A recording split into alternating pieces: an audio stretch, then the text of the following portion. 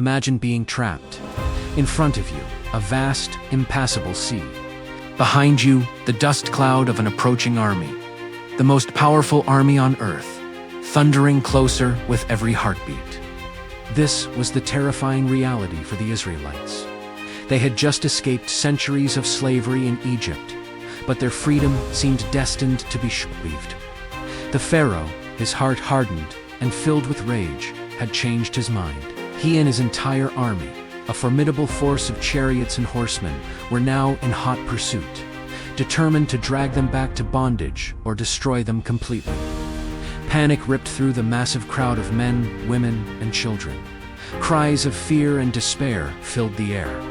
They turned on their leader, Moses, their words dripping with terror and accusation. Was it because there were no graves in Egypt that you brought us to the desert to die? What have you done to us by bringing us out of Egypt? It would have been better for us to serve the Egyptians than to die in the desert. They were cornered, with nowhere to run. The sea before them, the enemy behind. It was a moment of absolute hopelessness. But Moses stood firm, his faith unwavering. He raised his voice above the chaos. Do not be afraid. Stand firm, and you will see the deliverance the Lord will bring you today. The Egyptians you see today, you will never see again. The Lord will fight for you. You need only to be still. It was a bold promise, a seemingly impossible one. How could they be saved? Then God spoke to Moses. The instructions were simple, yet profound. Raise your staff, and stretch out your hand over the sea, to divide the water, so that the Israelites can go through the sea on dry ground. At the same time, a divine intervention provided a crucial buffer. The pillar of cloud that had been leading them by day moved from in front of them and stood behind them, between the camp of Israel and the camp of the Egyptians. It brought darkness to the Egyptians, but light to the Israelites, so neither side could approach the other all night long. As the sun began to set, casting long shadows over the desperate scene, Moses did as he was commanded. He stood at the edge of the churning water and stretched his hand, holding his wooden staff out over the Red Sea. And then the miracle began. A mighty east wind started to blow. It wasn't just a strong gust. It was a powerful, relentless force of nature, howling and tearing at the surface of the water all through the night. The sea began to churn violently, and then, slowly but surely, the waters began to part. The wind drove the sea back, literally carving a path through the depths. The seabed, once covered by meters of water, became dry land. On either side, the water rose up, forming two immense towering walls, like liquid mountains held in place by an unseen hand. The sight was beyond comprehension, a spectacle of divine power that silenced all fear and doubt. With the path cleared, a path that was once the bottom of the sea, Moses led the Israelites forward. Imagine taking that first step. The ground beneath your feet is firm and dry, yet just a few feet away, a sheer wall of water, teeming with fish and marine life, hangs suspended in the air. The sound would have been deafening, the roar of the wind and the strange, silent pressure of the water walls. Yet they walked. Men, women, children, and their livestock. A nation on the move, marching through the heart of the sea.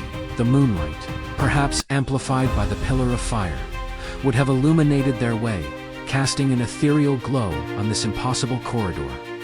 They were walking on a highway of salvation, created just for them.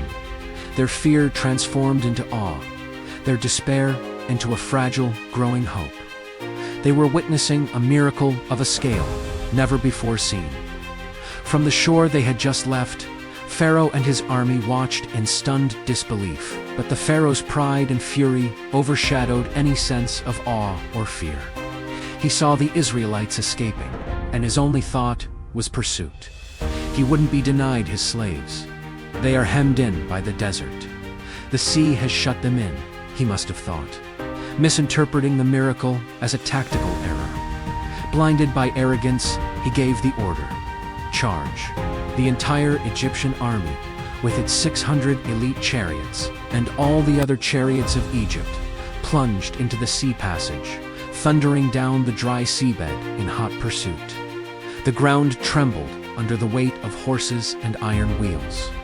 The Egyptian soldiers, confident in their military might, raced between the walls of water, their swords drawn, fully expecting a swift and brutal victory.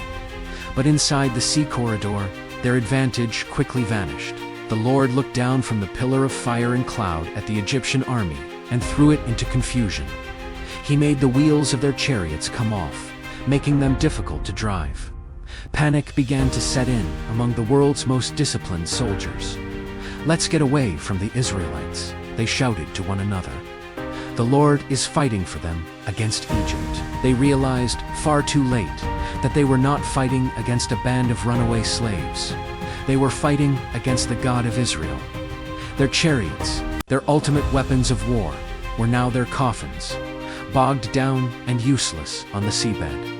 Their pursuit had turned into a trap, and they were caught right in the middle of it. As the first rays of dawn broke over the horizon, the last of the Israelites stepped onto the eastern shore, safe and sound. They had made it. The entire nation had crossed the Red Sea. They turned back to look, and the sight was one they would never forget. Moses stood on the shore, and once again, at God's command, he stretched his hand out over the sea. The moment his hand extended, the magic holding back the water was released. The powerful east wind ceased. The towering walls of water, which had stood as a testament to God's power to save, now became an instrument of his judgment. With a cataclysmic roar, the walls collapsed inward. A torrent of water, a liquid avalanche, crashed down upon the Egyptian army. There was no escape. The sea returned to its full depth, instantly engulfing every soldier, every horse, every single chariot. The pride of Egypt, the army that had terrorized nations, was utterly and completely destroyed. Not one of them survived.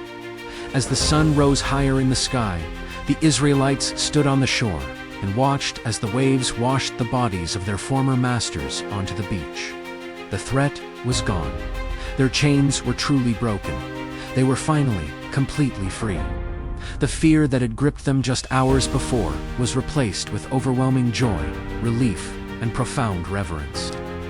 They saw the great power the Lord had displayed against the Egyptians, and the people feared the Lord and put their trust in him and in his servant Moses. Then Moses and the Israelites sang a song to the Lord, a song of victory and praise, celebrating the God who had fought for them and delivered them from an impossible situation, turning a dead end into a highway of freedom. Thank you for watching. This story reminds us that even when we feel trapped with no way out, faith can reveal a path we never imagined. If you enjoyed this video, please give it a like, and don't forget to subscribe for more incredible stories from history and scripture. We'll see you in the next one.